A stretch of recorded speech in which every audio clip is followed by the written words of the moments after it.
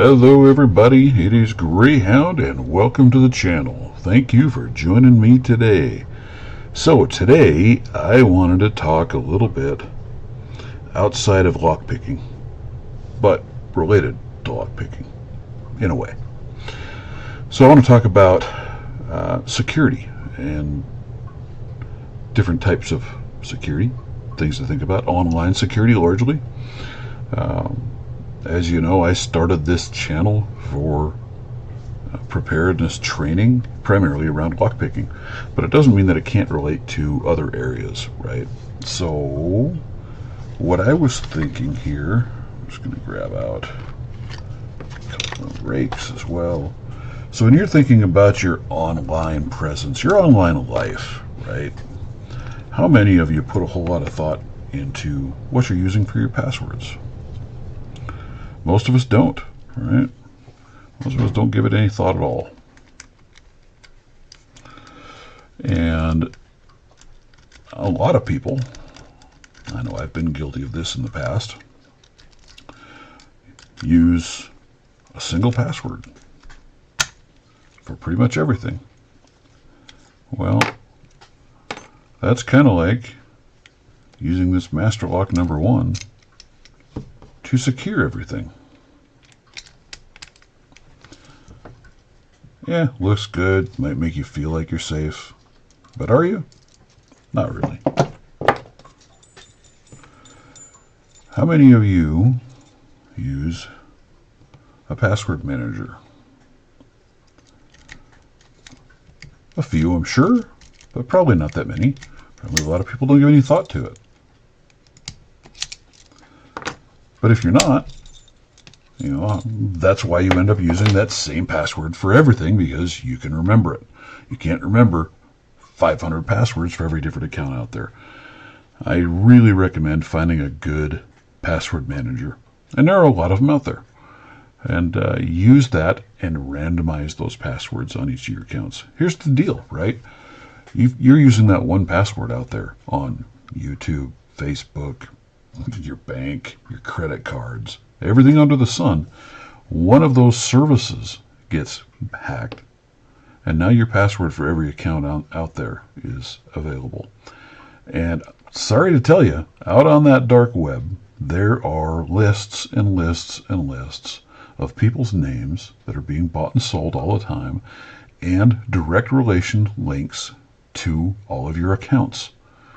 A lot of times, they already know what your username is. That password gets hacked, it's then thrown out there, and they just start hammering away at accounts, trying them until they find which accounts that password works on. Never a good idea. So one of the things I remember as well, when Windows started up with their Windows Hello, and they were prompting you to set pins. When I first was looking at that, I was like, well, how the heck is this 4-digit pin more secure than my 10, 12 character long password or passphrase? We'll get into those in a minute. After I did a little digging on it, looking, I figured out why and how that works. So the thought process behind using Windows Hello and a pin or whatever it may be is the fact that you're not typing your password. So if your computer is hacked and a keylogger is on there, they might be able to get that Windows Hello pin to get access to your local machine, but they don't have the corresponding password to get you into everything else out there, which is a great thing, right? Highly recommend you turn that on and use it. Same way with your cell phones, right? Use your extra security on your phone. You should have a password on your phone, because think of how many accounts you have linked and tied on that phone. You lose your phone, get stolen, whatever. If you don't have something to secure and protect that phone, you're just putting yourself at risk. So now let's talk passwords. It is amazing how many people, because again, they want to make sure they can remember it, they'll throw a password out there of summer 2024. Well, I hate to tell you, summer 2024 is about as good of a password as this Brinks padlock is a padlock. pretty bad. Or password 1, or welcome. You know, it is insane the number of crazy, super simple passwords that people use and the places that they'll use it. It'll go all over the place. So as you're thinking about that, start thinking about locks, right? As you go up and you get more and more difficult in locks, that's a similar representation to a more secure password. The more pins, the more security pins, right? So the more alphanumeric you make it, the more randomized you make it.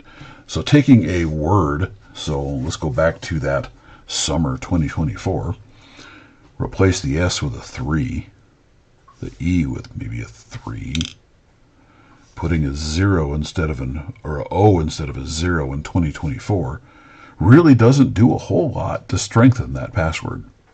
Maybe a little bit, but not much, because those are the patterns that are looked for in password hackers and cracking software.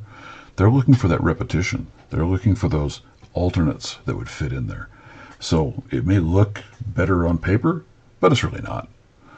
So again, can't recommend enough. Find a password manager and randomize your passwords.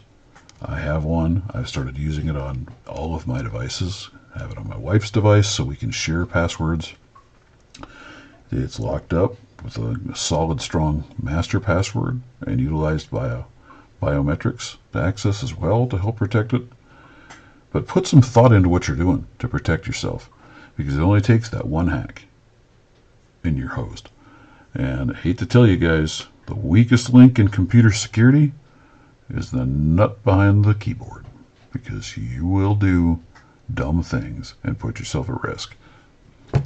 All right, kind of a little change up, something a little different, but I thought I could work it in and relate it with locks. And that's what I've got for you today. Peace out, guys. We will catch you later.